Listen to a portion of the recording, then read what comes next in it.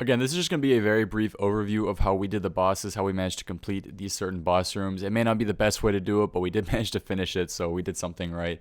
But if you guys do actually have any tips for any of the boss rooms or skill rooms, make sure to leave them below. And if you guys are looking for tips, actually make sure to check the comment section below as well, because you may find something useful. Anyways, first room we're going to go over is the Vanguard room. Now this Vanguard room consists of like 3 different scorpion thingamabobbers that have red glowy things under them. This one's really simple. It's a bit tedious since if you're with many people, they have very high HP. But the general idea of this room is that you want to kill all 3 of these things at the same time. So you want to have their health bars at pretty much the same health throughout the entirety of killing them. If one Vanguard all of a sudden has like half health and the other one has 3/4 health, then they will heal up from that little purple hit spot that you may have seen in the beginning. They will end up healing their health back and you have to pretty much restart the kill. So always make sure to keep these at the same health, whether it's, 5%, I think is pretty okay to have. But again, best thing you can do is keep them all at the same health, and they will actually rotate from place to place, and they will be unkillable during certain times if you're using range or mage, I believe. I'm not sure if they're unkillable for melee. I never tried it. I was using range here. Most of my team was using range, and some people were using, I think, melee crush against these things. But again, general idea here is just to keep them at the same level health, and then while they rotate, keep track of their health, and then when they are killable again, just attack them. And that's about it for the room. That's the gist of the room. Keep their health the same, watch while they rotate, and then you can finish off the room. All right, so the next room we're going to go over is the crab skilling room, the crab puzzle room. And this one is a bit challenging at first, but once you get the hang of it, this can be one of the fastest rooms in the dungeon. Now, if you're on a large team, you basically don't want everybody to come in here because crabs will be all over the place. It'll be very hectic. You ideally just want like 6 or 7 people in here that are controlling different crabs, and the rest of your team can stand waiting outside. So all the good players come in, all the bad players basically stay outside. So for this room, there will be a light orb that comes out, sort of like a Morning Zen Part 2 thing. It comes out of one of the walls, and it bounces off the crab. So it bounces off the gems that are on top of the crabs. If a player is in the way, if you're in the way of the thing that shoots out that light orb, it'll deal some pretty heavy damage to you. Now, if your crab is in the way, what happens is the light orb bounces off the jewel on top of your crab, or the thing on top of your crab. Now, you want to set your crabs up so that the light orb bounces in a certain direction and hits one of the colored crystals on the ground. To finish the room, all of the crystals that are on the ground must be white. Now, in order for those crystals to turn white, you basically need to have the light orb change a certain color after bouncing off your crab. So the crabs change color in 3 different ways. If you attack it with magic, then it turns blue. If you attack it with range, then it turns green. And if you attack it with melee, then your crab turns red. In order to turn those crystals white, you guys need to have that ball of energy basically hit those crystals with the opposite color. For example, the energy orb that comes out at the very beginning is white. There's a black crystal on the ground, so you basically don't need to attack any crabs to turn this crystal white.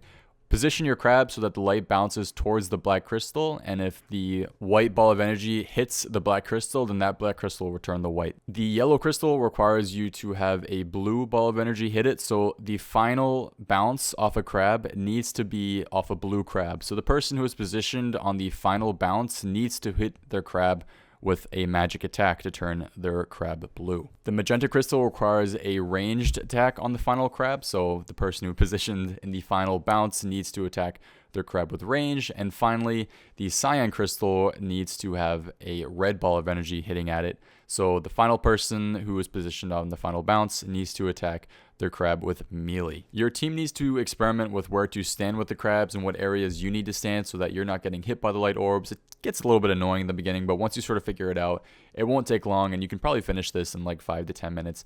It's really not that bad. There are probably multiple ways to solve this area, and that is, being in different areas to where the light orb is bouncing off on. But the general gist of this is basically everybody needs to take 1 or 2 crabs, position that crab so the light orb will bounce off of it into one of the crystals, and then make sure that the final crab in the order is being attacked so that the color opposite of the crystal is the ball of energy's color. This next room is also very easy. It basically just requires you to spam click chests in hopes of finding a cave worm. So there's a creature, scavenger, corrupted scavenger thing in here that needs to be fed these cave worms. And like I said, to find them, just open chests, and once you have an inventory of them, go ahead and run up to the scavenger guy and just put all the worms you have in his trough. I guess once he's full of these cave worms, he just moves to the side, and that's it. You don't have to do anything else. You don't have to fight him, and you can move on to the next room. At this point, you can basically do this.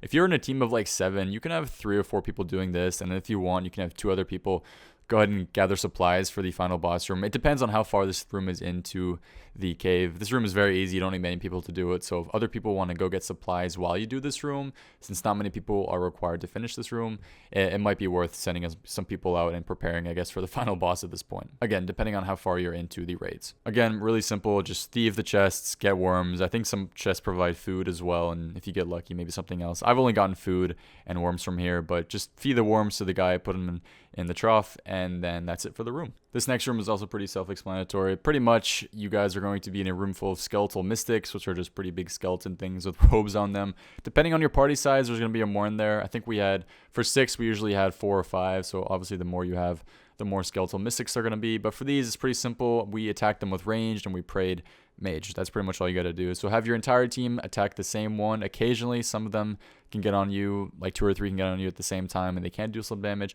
But for the most part, nobody should die in this room. It's pretty simple. So again, group everybody up in your team, attack at the same Skeletal Mystic, preferably with range, blowpipe, and armadillo crossbow works, and then just pray mage, and just slowly make your way around the room. Now, what I noticed from these is that they actually drop the seeds, the most seeds out of any single thing in the raids, and these are extremely useful for farming, for later on when you need brews and restores and stuff like that. So the person collecting the seeds can look for them in this room. The next room is the Muttadile room, and you guys need to pay attention here a little bit. There's a couple things you need to do. This is actually one of the easier boss rooms. You just have to be careful because the Muttadile itself is pretty strong. So you don't really have to pay attention to what's going on in the background. You can. Basically, I don't know if we did it right in the clip in the background, but it's pretty simple. So basically, for this part, it's really ideal if you guys have an axe of some sort. It doesn't really matter what kind. Just find an axe.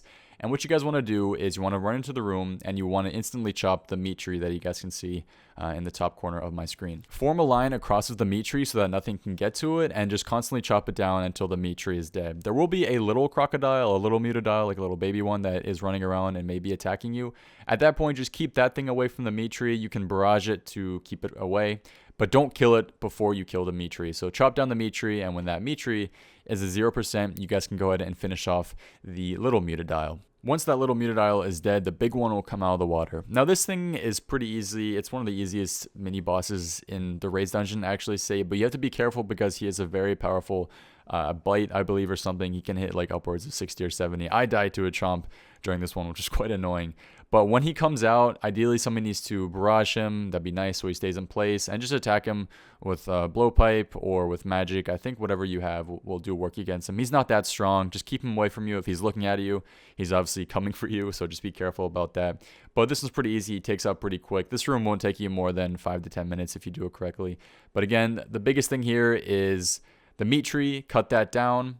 Form a line so nothing can get to it. After you've cut down the meat tree, attack the little crocodile, and when that thing's dead, the big one will come out of the water, and then barrage it in place and attack the big crocodile, the Muttadile, and the room will be finished. For the next room, we have the Lizardmen Shamans room. These are the bosses that you can find outside of raids up near the Shazian area on Zaya. Now, there's a couple of different things that can happen on the Lizardmen area. If you guys have the spawn room that we have on screen right now, you are able to safe spot it via long range with a ranged weapon. So on screen right now, we found a long-range safe spot. We stood on the same spot, and we were able to attack the Lizardman Shaman without being damaged by them, which is very useful. We basically had to gather them over in that area, so somebody to run out and get all of them.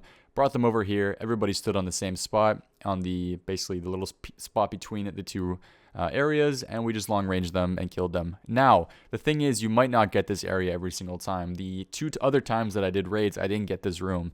So for those both times, we had to run in there and basically tank out the Lizardman Shamans. Ideally, I think that Jagex wanted you to have Shazian armor for this part in order to not die to these Shamans, but if you guys are in a team of 6, you can basically power through Shaman. You guys all need to get on the same one. Somebody will end up taking pretty big damage if you're not wearing the Shazian armor, but pretty much if you're in a group of 6 or 7, or if you're in any group size, just all focus on the same one so it gets bursted down instantly and it dies quickly.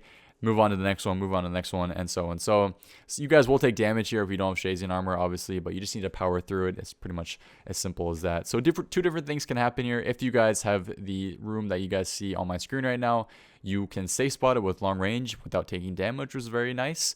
However, if you don't have it, you guys basically have to run through into the dungeon and then power through it by all focusing in the same shaman and then moving to the next one and then moving to the next one. So food is pretty ideal here, actually. But again, I'm not sure if there's a better method for this. These are just the ones that we found so far for this room. So the next boss we're going to go over is Tekton. I personally found this guy very annoying. However, the strategy seems to be pretty simple for him. So you guys need to have melee for this part, and ideally to have a Zemihasta is pretty much the best weapon for this. Now, Tekton is a pretty big boss that relies on his anvil to heal up quite often, so you guys need to basically try to keep him away from it. However, sometimes you're not able to, but it's really simple. So everybody here needs to pray melee. Obviously, he's very weak to range and magic attacks, so don't attack him with those. Everybody needs to be on him with melee. Now, in order to kill him, you guys need to basically look at the color under his feet. He has a little glow beneath him. If this glow is orange, you guys need to attack him with crush, and if you guys see red under him, he's weak to stab attacks. So that's why Zemihasta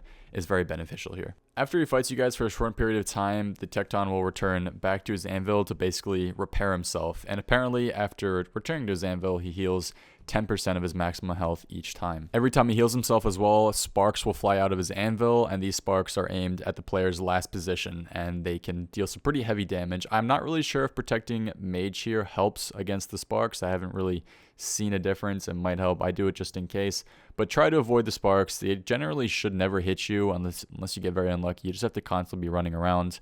And that's pretty much it. So after he heals himself, he will be enraged for a certain amount of time. And then after he's enraged, you guys can fight him back to normal. There is a theory going around that if you attack his backside, so the back of him, it actually does more damage. However, I haven't really seen any proof of that yet. But okay, so pretty general stuff here. It's just another boss that you have to generally sort of just grind through. Just try to avoid his attacks, and when he's orange under his feet, attack him with crush, and when he's red, attack him with stab, and just keep attacking him. So gradually over time, you'll constantly get him down. It might be a bit annoying, but yeah, just have to grind it out. Next one we are going to go over is the Ice Demon. This one is pretty dang easy to get finished. However, I did hear that Jagex might be buffing it in the future, so just prepare for that. So this one is sort of like, imagine Winter Todd in raids. You guys need to constantly keep these braziers lighted with kindling that can be chopped before the boss room itself. So here's how we did it and how I sort of advise to do it. Have a couple people constantly stockpiling you guys with kindling. So before the room even starts, before you guys even start it, have like 3 or 4 different piles of kindling on the ground. Now, once you guys have that, keep that supply of kindling coming, and everybody else in the room should have a tinder box and should be lighting the braziers constantly. The longer you guys keep the braziers lighted, the faster you guys can get this room done. So the longer you have them lighted, the health bar of the Ice Demon will go down as well. You can see that he at first has a blue health bar, and then it turns green once his final form is about to be ready. These ice fiends you guys see walking around will try to put out your fires, and they're the reason that they go out. So just keep the kindling constantly lighted, and the Ice Demon will eventually be unfrozen. Once the Ice Demon is unfrozen, he's pretty easy to complete. He won't hit you for that much. Just stand around the room and just attack him with whatever you want to attack him with. I think Blowpipe did alright, and also magic spells were okay. He is, I hear, weak to ice spells, so maybe Ice Barrage might be alright here, or whatever you want to use. But pretty easy room to get done. Just at first, keep the braziers lighted, and once he's out, everybody just spam click him and attack him. He will be a pretty quick boss to complete. Okay, next one we have is Vespula. Oh, Vespula, how we hate you. This boss has a pretty interesting mechanic and can be completed actually not quickly, but in a decent time if you guys do it perfectly. Now, the general idea of this room is that Vespula has a bunch of workers that can pop out of those grubs, those green things on the ground, and if those things pop up, then they will heal the boss and the portal. The thing you guys need to kill in this room is the portal. It's like a yellow portal you guys will see in the big large area on your mini map that's like colored purple. So a couple things need to be done here. The lowest range attack members of your team should ideally be the runners healing the grubs. There are a bunch of plants around the room called Medivamia roots, so they're found throughout the boss room, generally away from where the main boss is. 2 or 3 of your guys on your team should be constantly running back and forth, picking those roots and then feeding them to the grubs. The grubs themselves have health bars, and if those health bars turn all the way red, then the workers will hatch and they will heal the boss and they will heal the portal, which means you pretty much have to reset your entire kill here, which is extremely annoying. So one of the most important things here is constantly having those guys running back and forth and making sure that those roots, the grubs, never hatch. Again, I can't stress how annoying it is. If one of those grubs hatches and begins to heal Vespula and the portal, you guys will pretty much have to reset the room. So this really needs a lot of teamwork and coordination to make sure nobody messes up. Now, for those attacking Vespula herself, itself, I don't want to assign it a gender yet. You guys need to all basically range down Vespula when she's in the air. I've found that Ruby Bolts work the best throughout this room for everything, mainly Vespula, and especially the portal. It's very useful against the portal. But basically, everybody who is attacking Vespula needs to attack her, him, sorry, it, whatever. And then once Vespula is down to 20% health, it will land on the ground. And at this point, you guys can melee it to, I believe, keep it on the ground a little bit longer. However, ideally, you guys all want to be attacking the portal, as many people as possible. Attack the portal with Ruby Bolts. You will occasionally hit over 130 damage on the portal with Ruby Bolts, which is extremely useful for this room. Now, Vespula will only be on the ground a short amount of time, so you guys need to get as many attacks in on the portal as possible. Now, after a short while, Vespula will once again fly in the air and be at 100% health. At this point, everybody do your job again. Those people attacking Vespula, keep attacking Vespula. Those people feeding the grubs, keep feeding the grubs. And repeat this process over and over. So Vespula, once she's in the air again, everybody attack her. Once she's down to 20% health again, she will land on the ground, and everybody instantly get as many attacks as you can on the portal. Our team has had the portal down to 10% at one point, and one of the grubs healed up Vespula and also healed up the portal to 90%, which means we had to grind out the entire boss room again, which was extremely annoying. So to cut it quick, basically have people assigned to constantly making sure that the grubs never hatch, and those attacking Vespula, every time he/she/it lands on the ground, attack the portal with Ruby Bolts, and then once Vespula is in the air again, repeat the process. This can take a while to get used to. Also, for example, when she begins flying again, she can deal damage to people under her, so never try to be around her or under her when she begins flying or landing, because big damage can be dealt to you. If any of her soldiers or workers, whatever they're called, actually hatch, just instantly attack it, kill it, and then just keep repeating the process. It's a bit of a grind, this one. There may be a mechanic that we don't know about, but yeah, keep up that grind, and you can actually finish this in like 15 minutes or so if you guys don't mess up at all, which is generally pretty acceptable. But if one of them heals, it's a bad time from there. Anyways, good luck with this room, but that's how we found works best. All right, so these next few clips I didn't have. I don't know why I don't have them. I just didn't have them on my computer. So I have them from my friend Zulu. Marisur, you guys might know him. I'll leave his stream link on stream in his YouTube, and just go donate to him and stuff and say thanks for letting me use it. Anyways, so for this next room, it is the Dark Altar room. This room is pretty easy as well. Nothing really special here. Basically, somebody needs to cross that rope in the middle there and grab the crystal on the other side. The first thing you guys all want to do is focus on killing all those deathly mages on the first platform right in front of you. So pray mage and just all focus on the same one and take them out pretty quick. Don't get in range of the rangers in the back. After that, after you guys have killed all of the mages, go ahead and go to the other side, all pray range, and then attack every single one of the rangers. At this point, one person needs to pray range, or everybody should be praying range. One person needs to walk over the rope, get to the other side, grab the crystal, and walk back across the rope. You shouldn't take any or very minimal damage if all of the rangers are occupied with killing people who are on the other side already. At this point, you guys should ideally finish off the rangers, because it actually gives quite a few points if you guys kill everything in this room. And that's pretty much it. So finish off the mages and the rangers, get the crystal, and then head out to the next room. Next room is also fairly simple. It's two guardians protecting the door, and the only way, or the main way to take them out, is with a pickaxe. So you guys want to flinch these on two separate piles with a pickaxe. So in the background you can see that the two different groups are basically fighting, crushing with their pickaxe, and then running back onto a certain spot. It's flinching. You guys have all done flinching before. So stand there, keep flinching back and forth. You can deal pretty high damage with your pickaxe, especially if you are praying piety. But pretty much really simple, like I've been saying. Just go back and forth flinching these things, and when they are both dead, you guys can move on to the next room. Alright, and the final mini boss, I believe, in raids that have been discovered so far is the Vasa Nistirio boss. Now this boss can be quite annoying, however, if done correctly, it can be done in a couple minutes. So the first off, the things you guys want to pray is protect from rain, so protect from missiles. And then you want to be attacking this thing with ruby bolts the entire time. If you attack with ruby bolts, it can hit very high, as with many things in these raids, and finish off the boss pretty quickly. Now, there's a couple mechanics you have to be aware of when doing Vasa Nistirio, and that is that it heals itself by going to certain crystals in each corner. So you can see that there's 4 crystals, I believe, in the northwest, northeast, southwest, and southeast corner.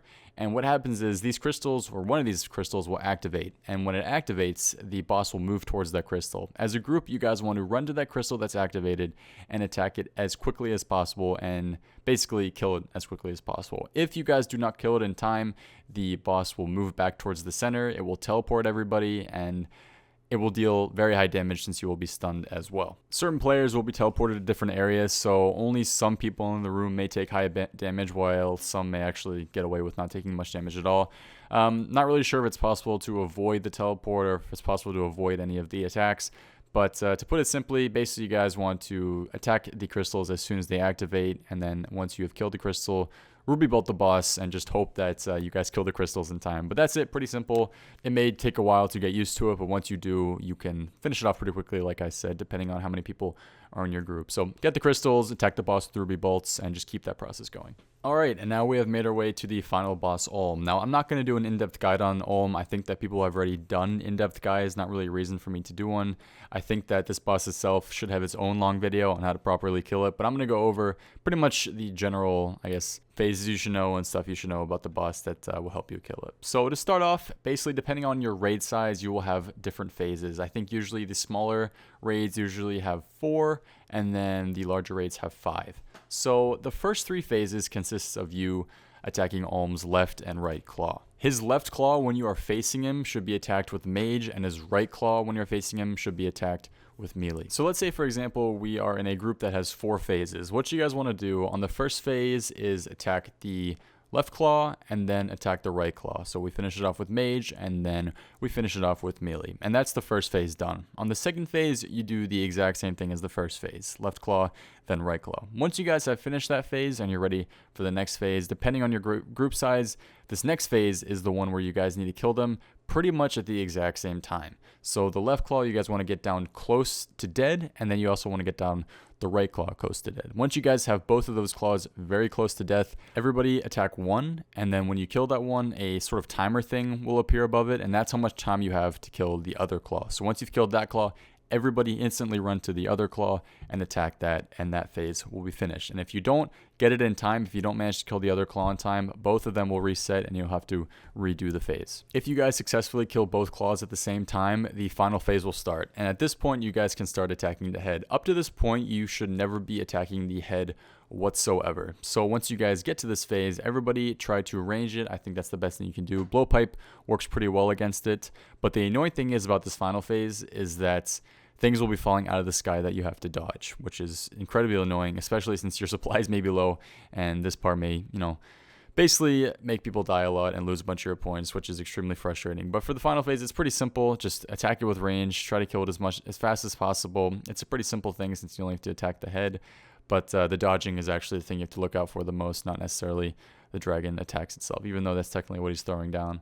But whatever. So the final phase is pretty simple. Just attack it with range and try to dodge the things falling out of the sky. Ulm has a bunch of standard attacks itself, and I'm just going to go over them quickly. First thing he puts is acid on the ground in different spots that don't necessarily come from a player, just from Ulm itself, so just make sure you're never stopping them. Another attack that comes from the acid is he actually targets one player, and then that person, everywhere they walk or go, acid will follow them in that spot. So if that person is the person who's targeted, they should generally just walk in one direction away from everybody else so that nobody will end up walking over them. He has multiple crystal attacks. The falling crystals, which I already talked about, are at the end of the final phase. The explosive crystals can happen in the middle phases, where basically he throws a crystal on the ground and anybody in a 5x5 radius will be dealt heavy damage by the crystals. That's sort of like a grenade crystal. And then also one that happens quite often is the crystal burst. Well, basically wherever a player is standing, a crystal seed will be planted on the ground under them, and if they do not move away from that crystal seed, you'll be stuck in it and dealt heavy damage. This happens very often, so it's always important to look at your feet during pretty much any part of the boss fight. There is also a dragon firewall that can trap players in it. He usually picks out 1 or 2 people, and then on each side of that person will be a line of fire. One way to get out of this is if somebody has a water spell. It can't be an ice spell, it has to be a water spell. They can use that on the wall of fire, and anybody in there can walk out. However, it's a pretty quick process, so you have to be on your toes when that happens. If you're in this line of fire and you stay in there, then you'll be dealt heavy damage, of course. There is a burn with me effect where basically Ohm will target one player and that person will end up yelling burn with me, which deals 5 damage to the person itself. And if any player goes next to the burning player or is around them, it spreads to them as well, and then they will reply, I will burn with you, which deals the same amount of damage to them. In a large group, it's very annoying because pretty much everybody will be hit by this. In a smaller group, it's important to spread out when this happens, but for some people, it's just impossible not to take any damage from that. One of the annoying attacks is the swap attack, where basically 2 players will have the same color glow around them. For example, if I have a white glow and then somebody else in the room has a white glow, you guys need to run next to each other and stand on top of each other to take 0 damage. But basically, the closer you are to each other, the less damage you take, since when the swap effect is over, you guys will end up swapping places. If you guys are right next to each other, it only does 5 damage. If you're on top of each other, it does 0 damage. However, if you guys are on opposite sides of the room and you don't get close to each other, it does like upwards of 45 damage, and you guys switch places, which isn't ideal for either party. If you guys do see a glow around you, whether it's red, green, or white, instantly find the other person in your group who has that color and run next to them. It would be smart to coordinate before the final boss fight which player should stand still when they have a color under them and which player should run towards the other person. However, it can vary depending on the scenario, so it'd just be nice to figure out. There is sort of a prayer disable thing that he does, where if a player is hit by the bolt of electricity going up or down, the player's prayer will basically be taken off, and for a couple seconds, so you have to be careful because your prayer cannot be turned back on and you can be hit by other attacks. So always be looking out for that. Sometimes you don't even notice that your prayer is out, so always be looking at your prayer, making sure it's up and turning on as fast as possible. It's pretty much impossible at this moment not to take any damage on the final boss, which honestly it should be on something like grades. You should be aware that it is possible to take, I guess, less damage by constantly watching out for these attacks that I just mentioned, especially the things like the crystals under your feet. That's really easy to avoid. However, since there's so much going on, sometimes you don't even notice it. The swap thing is really important. You guys are always paying attention to that. But in general, it's just most important to know that the left claw, when facing him, is the mage one you need to attack, and then the right one is the melee. And then on the final phase, you guys need to attack the head.